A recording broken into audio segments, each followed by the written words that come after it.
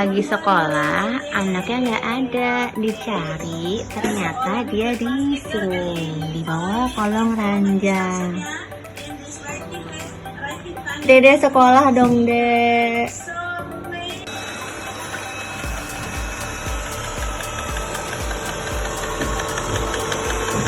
Ayo keluar. Nanti kamu disedot robotnya loh. Ayo keluar.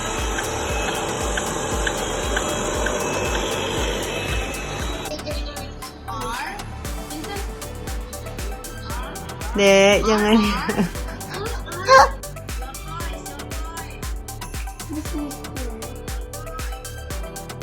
Wah, anak yang lucu sekali ya. Dari cuplikan video tadi, bisa terlihat anak yang sangat kreatif, sangat iseng, dan saya bisa bilang itu adalah anak yang pintar. Walaupun iseng, mungkin dari mamanya atau mungkin dari papanya. Ya begitulah perjuangan emak-emak atau mungkin papa-papa juga dalam menemani anaknya yang sekolah online saat ini. Well, apa kabar Anda semua? Saya dengan Kenny dan saya ingin menyambut Anda semua untuk bergabung di acara online experience The City Light hari ini. Dan tanpa terasa ya, ini sudah bulan Agustus. Berarti 4 bulan lagi sudah awal tahun 2022. Wah, sudah menghadapi penghujung tahun ya. Dan tidak terasa kita sudah melalui pandemi ini cukup lama. Tapi saya ingin mengajak Anda semua untuk melihat siapa sih diri kita sendiri ini. Ketika kita masih punya keberanian untuk menghadapi hidup di masa sulit seperti ini.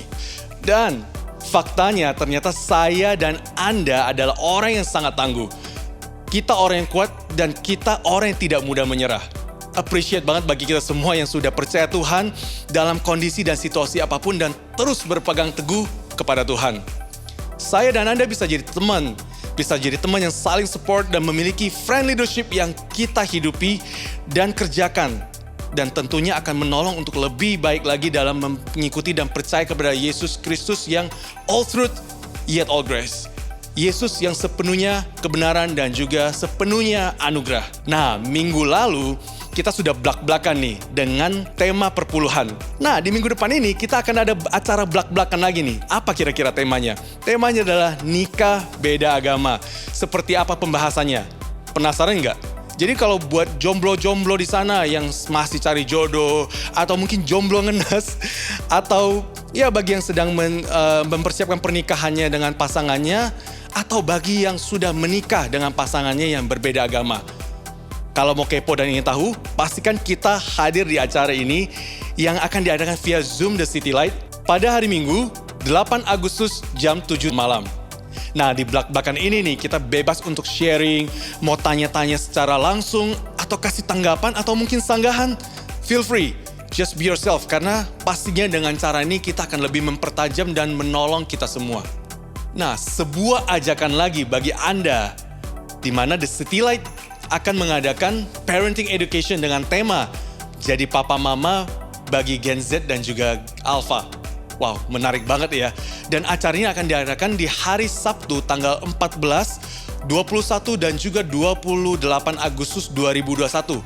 Via Zoom jam 9 pagi sampai jam 12 siang. Jadi total semuanya ada 6 kali sesi. Dengan topik yang benar-benar sangat bermanfaat banget. Tiap sesinya dibawakan oleh para profesional yang sudah pakar di bidangnya.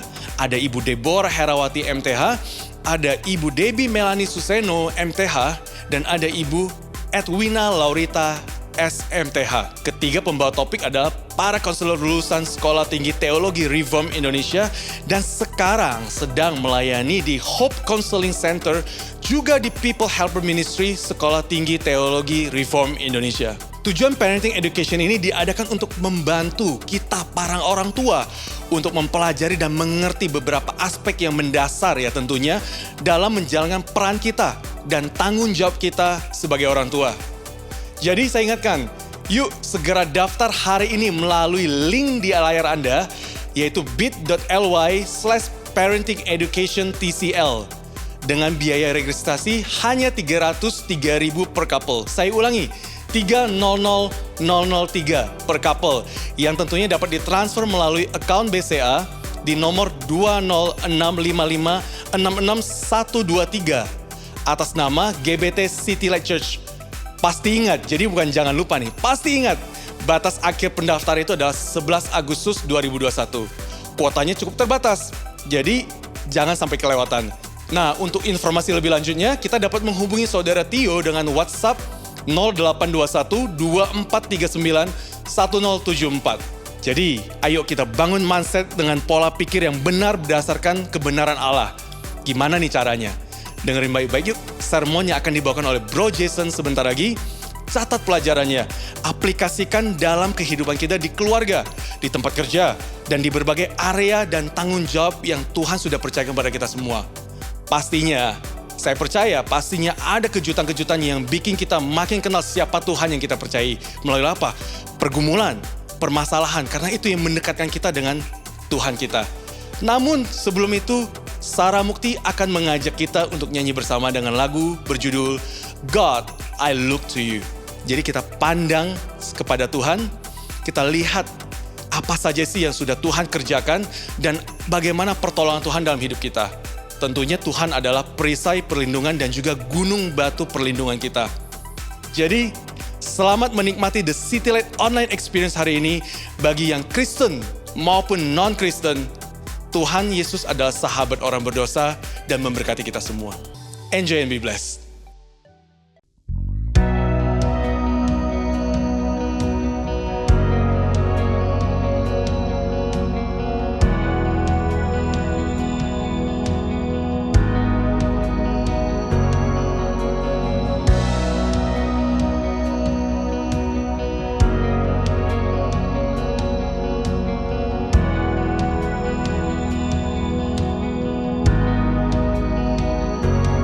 God, I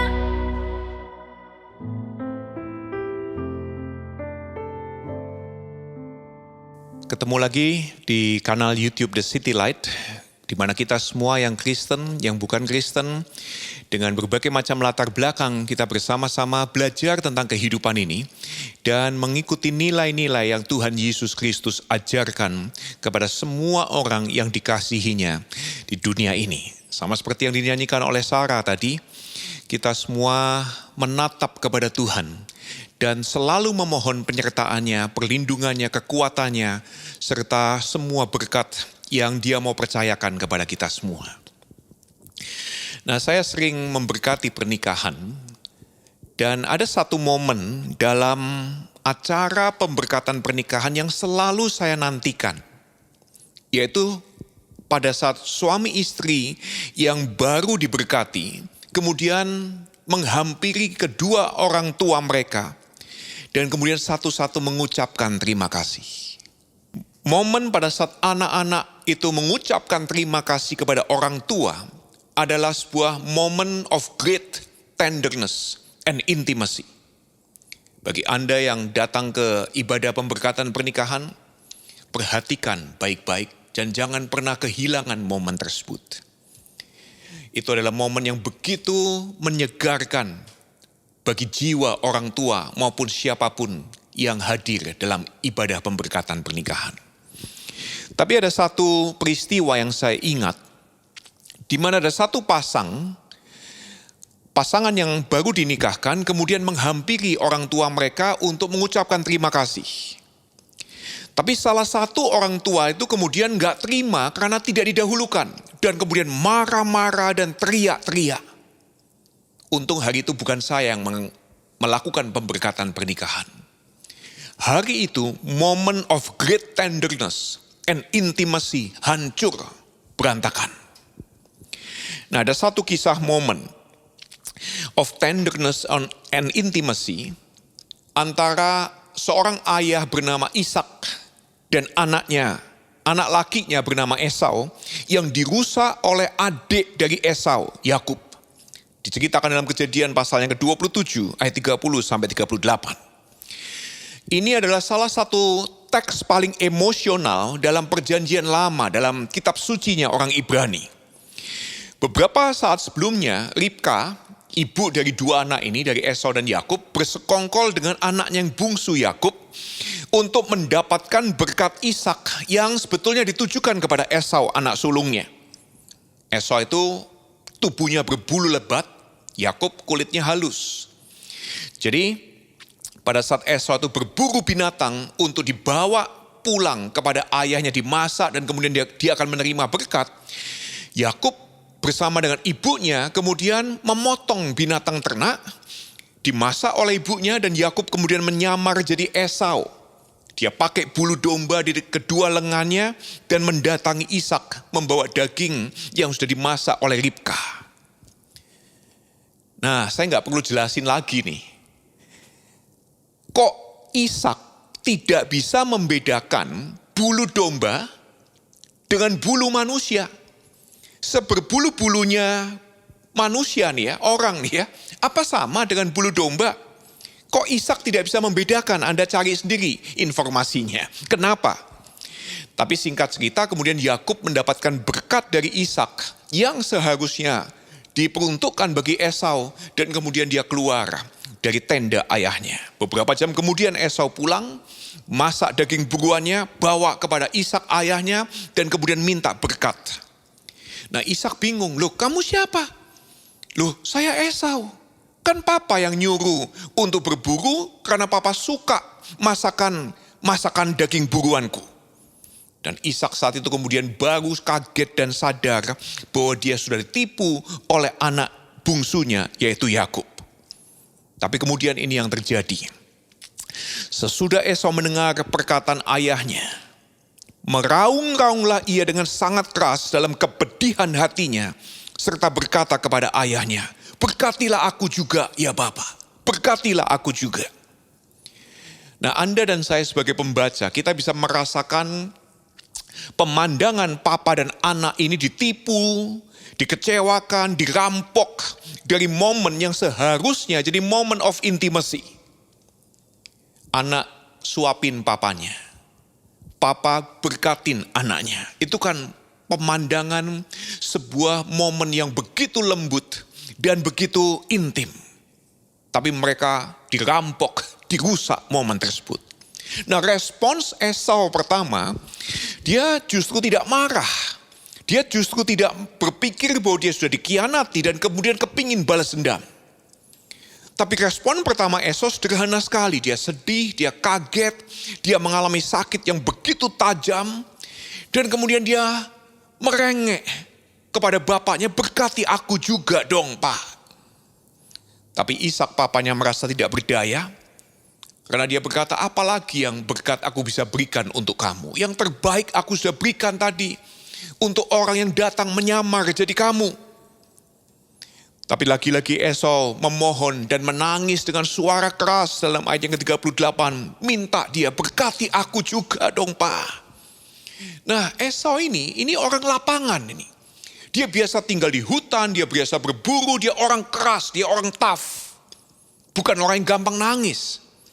Jadi kalau dalam narasi ini, dia sampai menangis, meraung-raung. Dia betul-betul merasa dirinya sial karena dikerjain adiknya.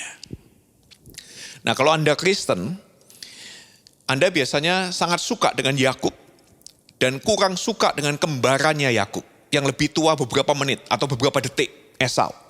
Kenapa?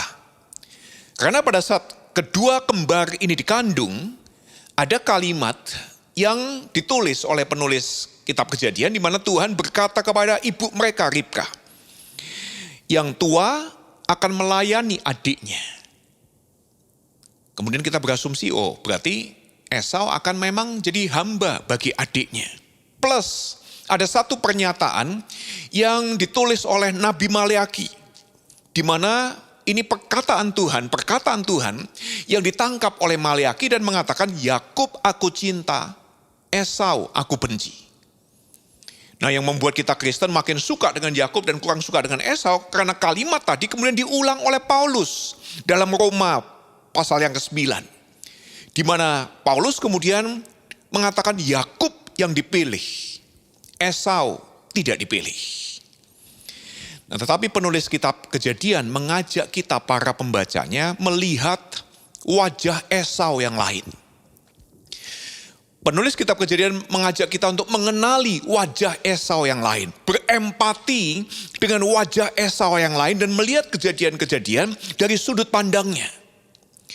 Dan kalau kita pembacanya fair ya, membaca kisah ini, mendengar kisah ini, Anda dan saya pasti yang fair, jengkel kemudian dengan Yakub.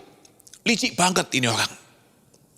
Tapi ada beberapa observasi yang kita perlu tahu nih ya. Yang pertama, Esau kemudian menerima berkat dari Ishak. Dia punya tempat tinggal meskipun bukan tanah yang subur. Dan berkat dari Ishak mengatakan seperti ini. Engkau akan hidup oleh pedangmu. Artinya engkau akan hidup kerja keras. Kamu dengan kerja kerasmu kamu akan berhasil. Bukan menipu supaya kamu berhasil seperti adikmu itu. Tapi kamu kerja keras sampai kamu berhasil. Dan kalau suatu hari kamu kerja keras kemudian berhasil, kukmu akan terlepas. Itu berkat Ishak kepada Esau. Kemudian observasi lainnya, 22 tahun setelah peristiwa Esau dan Ishak ditipu, akhirnya Esau bertemu dengan adiknya Yakub. Diceritakan dalam Kejadian pasal 33. Nah, menjelang pertemuan Yakub begitu ketakutan sehingga membuat persiapan detail yang melibatkan doa, kemudian membayangkan bagaimana diplomasinya, termasuk Yakub merencanakan perang. Siapa di barisan paling depan, tengah, belakang. Siapa yang nanti akan dibunuh duluan, dikorbankan duluan. Itu rencana Yakub yang dipersiapkan oleh Yakub. Tapi begitu Esau melihat adiknya dari jauh, diceritakan Esau lari mendekati Yakub, merangkul dia, dan kemudian menangis. Ini kedua kalinya Esau diceritakan menangis. 22 tahun sebelumnya, ketika dia ditipu, dan kemudian 22 tahun sesudah ditipu, dia menangis karena kangen pada si penipu. Sama sekali tidak ditunjukkan kemarahan dan kekejaman sesuai keinginannya untuk balas dendam kepada adiknya seperti yang pernah dia utarakan. Jadi Esau ini rupanya orang yang mudah marah tapi juga mudah melupakan. Sementara Yakub mudah nipu dan ingat terus apa yang dia lakukan. Jadi kalau Anda disuruh milih ya, mending mana nih? Jadi orang mudah marah atau mudah nipu? Anda kalau cari teman, mending teman yang mana tuh? Ya, nggak dua-duanya biasanya ya. Tapi karena realita kehidupan menunjukkan kepada kita seringkali berhadapan dengan dua macam orang seperti ini. Nah, observasi yang ketiga, pada saat kita membaca kemudian daftar keturunan Esau yang ditulis dalam Kejadian pasal 36. Ada beberapa kalimat yang kalau Anda baca lewat aja ya tidak mendapatkan informasinya. Tapi ini yang tertulis. Inilah raja-raja yang memerintah di tanah Edom sebelum ada seorang raja memerintah atas orang Israel. Jadi sebelum orang Israel punya raja, keturunan Yakub punya raja, jauh sebelum itu keturunan Esau, bangsa Edom sudah punya raja, sudah punya tanah Edom sudah memerintah. Dan kemudian mereka punya kepala-kepala kaum Edom menurut tempat kediaman mereka di tanah milik mereka, karena Edom ialah Esau, bapak orang Edom. Adapun Yakub dikatakan diam di negeri penumpangan ayahnya sebagai orang asing.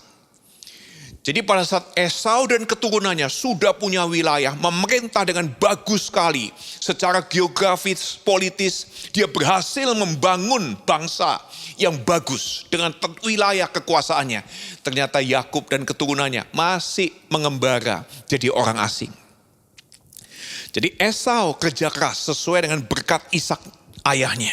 Tidak perlu mengalami dibuang, jadi budak, ditebus, kemudian muter-muter di padang gurun selama 40 tahun. Seperti yang dialami Yakub dan keturunannya. Jadi dua bersaudara ini kemudian mewarisi daerah-daerah subur di bumi. Yang satu, Esau, jalannya benar, lurus, kerja keras. Yang satunya jalannya berliku, jungkir balik, perang sampai hari ini bahkan. Dan observasi yang keempat adalah pesan yang Tuhan berikan kepada bangsa Israel pada saat mereka itu bertemu dengan bangsa Edom. Kalau mereka berelasi dengan bangsa Edom. Dan Tuhan pesan kepada bangsa Israel dengan penuh perhatian. Jangan pernah memprovokasi Edom. Karena mereka adalah saudaramu.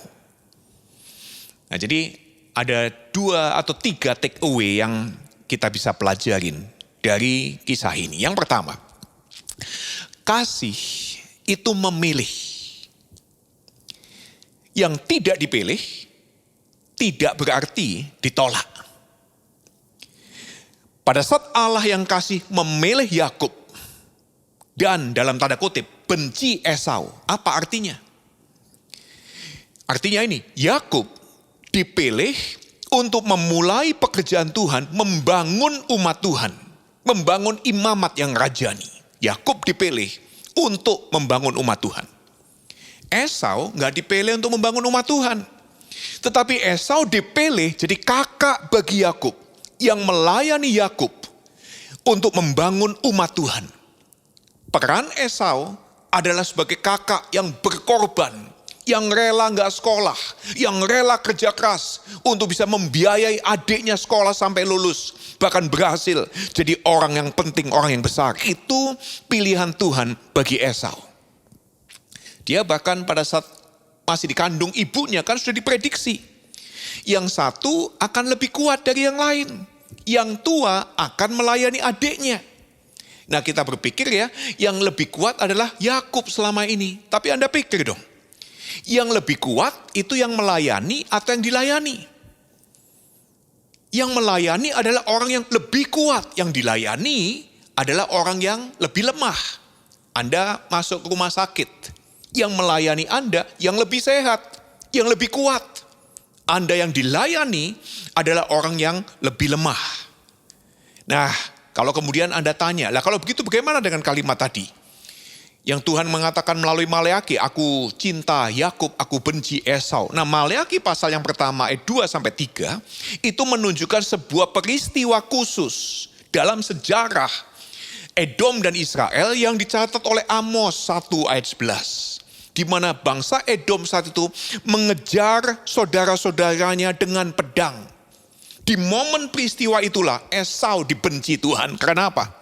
Tidak berperan sebagai kakak bagi adiknya untuk membuat adiknya jadi besar. Tidak berperan melindungi adiknya, justru memusuhi adiknya saat itu. Jadi kasih itu memilih. Tetapi yang tidak dipilih bukan berarti ditolak. Pada saat saya berkata, I love you, kepada seorang wanita, kepada seorang gadis cewek, Inge namanya. Apa artinya? I love you artinya, I choose you. Aku pilih kamu. Pada saat I love you, I choose you, berarti saya tidak pilih wanita-wanita lain. Saya tidak pilih cewek-cewek lain. Tapi pada saat saya berkata saya pilih Inge, bukan berarti saya musuhin semua wanita lainnya, termasuk mama saya, kakak perempuan saya, tante saya, semua teman-teman wanita yang lain, atau semua tante-tante, oma-oma, ibu-ibu, mbak-mbak. Atau kemudian saya tidak mau berbicara dengan semua cewek lainnya. Kalau sampai itu terjadi, itu namanya antisosial. Atau kemudian saya punya istri yang cemburu buta. Dan saya menjadi suami yang takut istri. Mau lagi dipasangin kacamata kuda plus tali kekang kuda. Jadi Anda perlu tahu kasih itu memilih. Bahkan Tuhan Yesus bilang seperti ini dalam Lukas 14. Kamu tidak bisa ikut aku. Kamu tidak bisa jadi muridku. Kamu tidak bisa cinta aku kalau tidak membenci ayah dan ibumu, membenci pasanganmu, membenci anakmu, bahkan membenci nyawamu sendiri. Kamu tidak bisa cinta aku. Bukan berarti kemudian kita harus benci diri, benci orang tua. Artinya, pada saat saya mengatakan saya cinta Tuhan, saya memilih untuk mengasihi Tuhan, tetapi tidak menolak yang lain. Kenapa? Karena ini takeaway yang kedua. Karena tidak semua orang dipilih untuk pekerjaan Tuhan yang sulit. Tidak semua orang dipilih untuk pekerjaan Tuhan yang menuntut komitmen tinggi. Tidak semua orang dipilih untuk pekerjaan Tuhan yang penuh dengan tantangan. Itu yang dialami oleh Yakub sampai dia berkata kepada Firaun suatu hari curhat. Tahun-tahun hidupku mengembara sebagai orang asing. 130 tahun lamanya. Dan penuh dengan hal jelek, penuh dengan tantangan, penuh dengan kesulitan, penuh dengan hardship. Jadi tidak semua orang dipilih untuk menghadapi tantangan tersebut.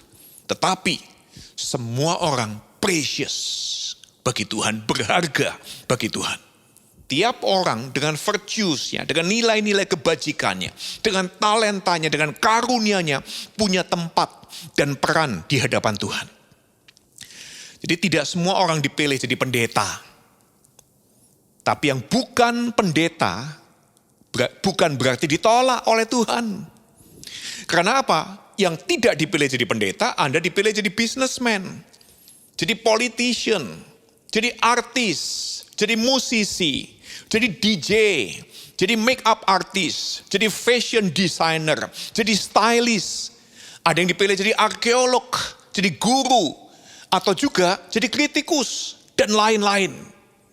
Masing-masing dengan kesulitan, tuntutan, komitmen, dan tantangannya sendiri. Jadi kita nih ya, yang masing-masing punya profesi ya, gak perlu ngejek-ngejek profesi kerjaan orang lain. Pendeta ngejekin DJ, gak selamat lu. DJ-nya kemudian ngejekin balik pendetanya, oh lu cuma bisa ngata-ngatain orang gak selamat, gak guna hidup lu. Atau kritikus ngejek pejabat gak becus. Sementara pejabat ngeritik kritikus cuma omong doang. Cuma bisa posting doang. Cuma bisa bikin poster-poster doang di jalan. Meskipun benar. Ya, tapi gak perlu ngejek-ngejekin profesi orang lain. Kenapa? Masing-masing punya pilihan, tuntutan, dan komitmennya sendiri-sendiri. Dan takeaway yang ketiga. Sama seperti kita tidak bisa memprediksi apa rencana aksi Tuhan buat kita dan orang lain. Karena Tuhan berkata seperti ini, aku kasih karunia kepada siapa yang aku mau kasih. Dan aku cintai orang, aku kasihani orang kepada siapa aku mau kasihani. Jadi kita nggak bisa loh mengatur dan memprediksi Tuhan mau disuruh apa, nggak bisa. Dan sama seperti kita tidak bisa memprediksi rencana aksi Tuhan bagi kita ataupun orang lain, kita juga tidak bisa memprediksi bagaimana seseorang yang adalah gambar Allah apapun latar belakangnya. Itu suatu hari akan bercahaya hidupnya. Suatu hari akan berdampak hidupnya bagi kehidupan dunia yang ada di sekitarnya. Jadi kita tahu hari ini, tokoh Alkitab seperti Yakub punya keegoisan dan kegagalannya. Dan bagi kita yang Kristen, Esau itu tidak termasuk dalam tokoh Alkitab. Sehingga buat kita dia non-Bible heroes. Tapi Anda juga perlu tahu, orang yang Anda pikir bukan tokoh Alkitab, ternyata punya kebajikan dan keberhasilannya. Dan ternyata Tuhan mengasihi kedua-duanya. Jadi sebetulnya, gak ada tokoh Alkitab atau bukan tokoh Alkitab. Semua yang ada dalam Alkitab adalah karakter orang yang ada diceritakan oleh Alkitab. Bahkan bagi Rabi Yahudi seperti Vilna Gaon, Rabbi Kook misalnya ya. Mereka kemudian mengatakan bahwa Esau dan bangsa Edom nantinya menurunkan kekaisaran Romawi. Yang kemudian setelah zaman era Kaisar Romawi Konstantin berlanjut jadi apa? Kekristenan. Jadi Ismail menurunkan Islam, Ishak menurunkan Yudaisme dan bangsa Yahudi, Esau menurunkan kekristenan. Masing-masing sebagai gambar Allah menyinarkan, merefleksikan terang Tuhan melalui kehidupannya dan keturunannya. Dan juga menarik sekali ini, Esau dicintai papanya, Ishak. Yakub dicintai ibunya, Ribka. Kalau ayah dan ibu, papa dan mama adalah wakil Tuhan bagi anak-anak, maka saya mau tanya kepada Anda, siapa yang dikasih Tuhan? Yakub atau Esau? Dua-duanya. Karena sebagai wakil Tuhan, Ishak sang ayah mengasihi Esau. Sebagai wakil Tuhan, Ribka sang ibu mengasihi Yakub. Dua-duanya dikasihi oleh Tuhan. Jadi God as Father loves some people. Tuhan Allah sebagai Bapa mengasihi sebagian orang. Dan God as Mother loves some other people. Allah, Tuhan Allah sebagai ibu mengasihi sebagian lainnya. Dan Tuhan yang sepenuhnya anugerah, sepenuhnya kebenaran, mengasihi semua orang, setiap waktu, setiap saat. Jadi kalau Anda Kristen, Anda dan saya dipilih untuk punya peran ini yang kuat melayani yang lemah. Anda yang Kristen dipilih oleh Tuhan mewakili Tuhan, mewakili Kristus. Yang adalah kakak sulung untuk membangun orang lain yang lebih lemah untuk jadi besar, untuk jadi kuat. Jadi kalau kita yang Kristen memusuhi agama lain, memusuhi orang yang beda doktrin, beda iman, beda kepercayaan. Anda tahu ekspresi Tuhan melalui Maleaki, aku benci kamu. Kenapa? Kamu tidak berperan semestinya sebagai kakak sulung yang kuat, yang menguatkan adiknya yang lemah, yang menguatkan orang lain yang lemah. Satu data lagi sebelum saya kasih aplikasi.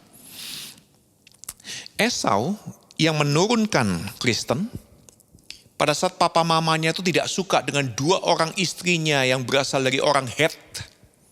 Dia kemudian ambil istri lagi, namanya Mahalat. Tahukah Anda siapa Mahalat? Anaknya Ismail. Jadi Esau sebetulnya anak yang cinta papa mamanya. Dia kepingin menyenangkan papa mamanya, cuma sering salah langkah dia. Pikirannya sederhana sekali. Tapi yang menarik adalah nih, kalau Esau menurunkan Kristen, dan Esau menikah dengan Mahalat, anak Ismail yang menurunkan Islam. Ini kalau zaman sekarang nih ya, disebutnya apa? Nikah beda agama. Ya, nah jadi Anda yang kepingin tahu, join Blak-Blakan, The City Light Blak-Blakan, Minggu 8 Agustus, jam 19.00 waktu Indonesia bagian Barat lewat Zoom. Jadi Esau yang mengalami kesialan karena ditipu, dikerjain, kemudian dia kerja keras, berimprovisasi, memakai berkat Tuhan yang sudah diberikan lewat Ishak ayahnya. Kemudian mengubah nasibnya yang sial menjadi orang yang beruntung. Nah, satu aplikasi aja dari kisah ini. Untuk mengubah kesialan dalam hidup ini yang kita alami menjadi keberuntungan. Di masa-masa sulit kita mungkin merasa sial. Satu aplikasi untuk mengubah situasi yang tampaknya sial jadi beruntung adalah ini. Latih dan praktekkan pola pikir jazz. Jazz itu salah satu genre musik. Di mana para musisi jazz, saya termasuk pecinta jazz. Saya pemain musik jazz drum waktu itu, mainstream jazz, swing dan sebagainya. Ya. Nah jadi para musisi jazz itu biasanya memainkan, berimprovisasi di seputar nada, chords, irama-irama yang tidak familiar bagi telinga orang yang gak biasa dengar musik jazz. Para musisi jazz memainkan harmoni di area-area nada yang sepertinya error, sepertinya false, dengan chords-chords yang begitu aneh dan gak biasa. Tapi kemudian diimprovisasi oleh masing-masing musisi jazz, dirancang, dibuat menjadi sebuah keindahan harmoni nada yang meaningful. Jadi sikap improvisasi ini mendorong kita untuk hidup jadi lebih fleksibel dan kemudian cepat beradaptasi. Seorang pianis jazz namanya Herbie Hancock. Pada saat dia masih muda, dia main dengan seorang pemain trompet yang sudah senior, jazz juga, bernama Miles Davis. Nah, dalam permainan bersama, pianis jazz memencet chords yang salah. Tapi ternyata seniornya Miles Davis gak marah. Miles Davis kemudian bahkan berimprovisasi memainkan solo di antara nada seputar chords yang salah, yang sudah ditekan oleh Herbie Hancock. Dan Miles kemudian membuat not lagu yang jelek tadi menjadi komposisi musik yang indah. Alasan Miles Davis itu begitu toleran adalah karena dia confident dengan kemampuannya. Dia confident, dia yakin, dia bisa handle apapun nada yang dilemparkan kepada dia. Dan itu kemudian juga membuat Hancock yang muda, kemudian juga jadi orang yang percaya diri dan bebas untuk melakukan eksperimen. Miles Davis menciptakan sebuah atmosfer di mana para musisinya tidak pernah mencela kesalahan rekannya, karena bagi mereka error, kesalahan adalah rute yang gak biasa. Dia bahkan sering minta anggota tim band jazznya itu untuk berhenti melatih sebuah nada yang mereka sudah tahu. Jadi kalau sebelum rekaman itu dilakukan rehearsal, mereka latihan dulu supaya makin menguasai. Justru Miles Davis bilang stop. Ya, dan dorong masing-masing anggota timnya untuk berani ambil resiko dan mencoba kemungkinan-kemungkinan baru di tengah-tengah show, pada saat live show. Dan ternyata memang tim band dari Miles Davis selalu menemukan free discovery. Penemuan-penemuan yang baru dan menyegarkan di akhir pertunjukan mereka. Setiap mereka punya konser, setiap anggota musisinya justru menanti di akhir pertunjukan mereka nanti ada sebuah penemuan baru. Musik baru, jazz baru yang begitu hidup dan belum pernah ada. Ini yang namanya pola pikir jazz, jazz mindset. Kita berimprovisasi dalam relasi dengan orang lain, dalam kehidupan, dan dalam relasi dengan Tuhan. Saya dan Anda perlu bersama-sama melatih pola pikir jazz ini. Jadi bagi Anda-Anda yang generasi milenial, selenial, generasi Z, bahkan generasi Alpha di The City Light maupun Gracia Community dan juga mungkin teman-teman yang lain. Ajakan saya bagi Anda semua generasi milenial Alpha, Z dan Alpha, milikilah pola pikir jazz, berimprovisasilah, kreatiflah, berinovasilah, ekspresikan ide-ide Anda, pemikiran-pemikiran Anda tentang kehidupan, tentang diri Anda sendiri, tentang Tuhan, tentang berbagai macam situasi hidup yang ada di sekitar kita. Jangan takut salah. Kalau salah, nanti kami yang lebih dewasa ini, apalagi generasi di atas saya nih ya, yang mungkin lebih senior dari saya, yang ngaku-ngaku sebagai kakak rohani, pembina rohani, bapak rohani, dan sebagainya. Kalau Anda salah, kami akan memainkan harmoni jazz. Dan kemudian membuat kesalahan Anda jadi indah. Jadi gak perlu takut diomongin orang. Oscar Wilde kasih sebuah quotes yang bagus ini ya. Dia berkata, the only thing worse than being talked about is not being talked about. Hal yang lebih menakutkan, lebih jelek daripada diomongin orang, digosipin orang, dikritisi orang, adalah gak diomongin orang. Jadi jangan takut diomongin orang. Karena gak diomongin orang justru membuat Anda itu sepertinya gak eksis. Jadi kalau ada orang-orang muda yang digosipin, diviralin, good. Anda jadi perhatian. Yang gosipin Anda belum tentu diomongin orang lain. Jadi bagi youth, bagi young people, don't worry to express yourself. Miliki jazz mindset.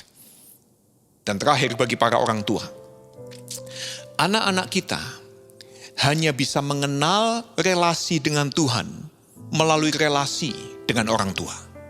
Bukan dengan orang tuanya yang orang lain. Jadi kalau Anda dan saya orang tua, cintai anak-anak kita dengan berimprovisasi sesuai keunikan masing-masing anak. Anda perlu memilih bagaimana menunjukkan kasih kepada anak sulung Anda. Yang beda cara dalam menunjukkan kasih kepada anak bungsu Anda. Kepada anak nomor 2 Anda. Kepada anak-anak nomor 7 Anda. Berimprovisasilah dalam mencintai dan memperlakukan masing-masing anak Anda. Karena kasih itu memang memilih, bukan membandingkan. Yang tidak dipilih tidak berarti ditolak. Dan tidak semua orang dipilih untuk pekerjaan Tuhan yang sulit, yang membutuhkan komitmen yang tinggi dan penuh tantangan. Tapi semua orang berharga di hadapan Tuhan.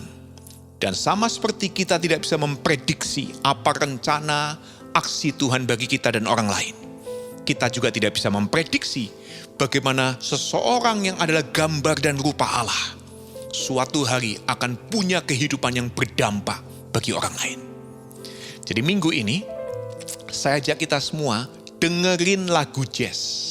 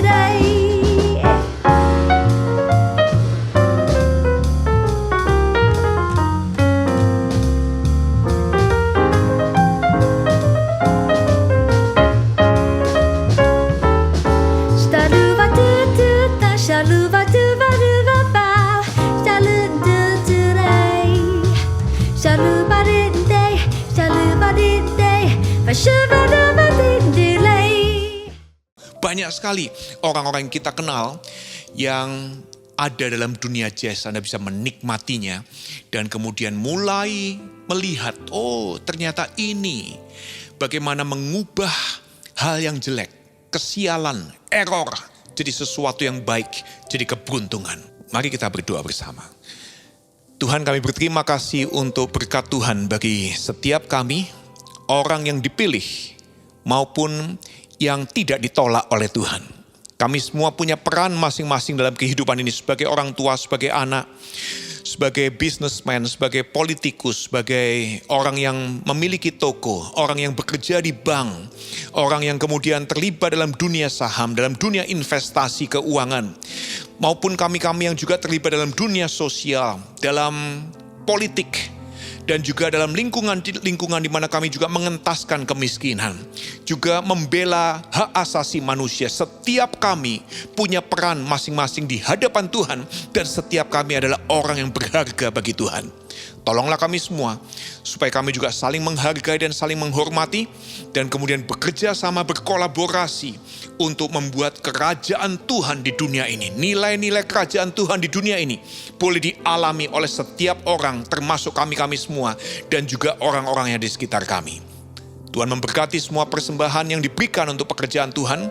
Melalui gereja ini, Tuhan memberikan kesembuhan, kekuatan bagi yang lemah dan sakit saat-saat ini. Tuhan juga memberikan ekstra hikmat bagi yang menghadapi berbagai macam krisis dan kesulitan. Dan kiranya berkat dari Tuhan Yesus Kristus, Allah yang menjadi manusia, terus menyertai kami, terus memberikan hikmat kepada kami, dan memberi sukacita dalam hati setiap pribadi. Karena pada saat hati kami penuh dengan sukacita, pikiran kami juga bersih.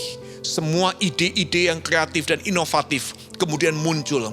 Dan kemudian kami bisa berperan dan bertanggung jawab dalam menghormati dan memakai semua kepercayaan Tuhan yang Tuhan percayakan kepada kami.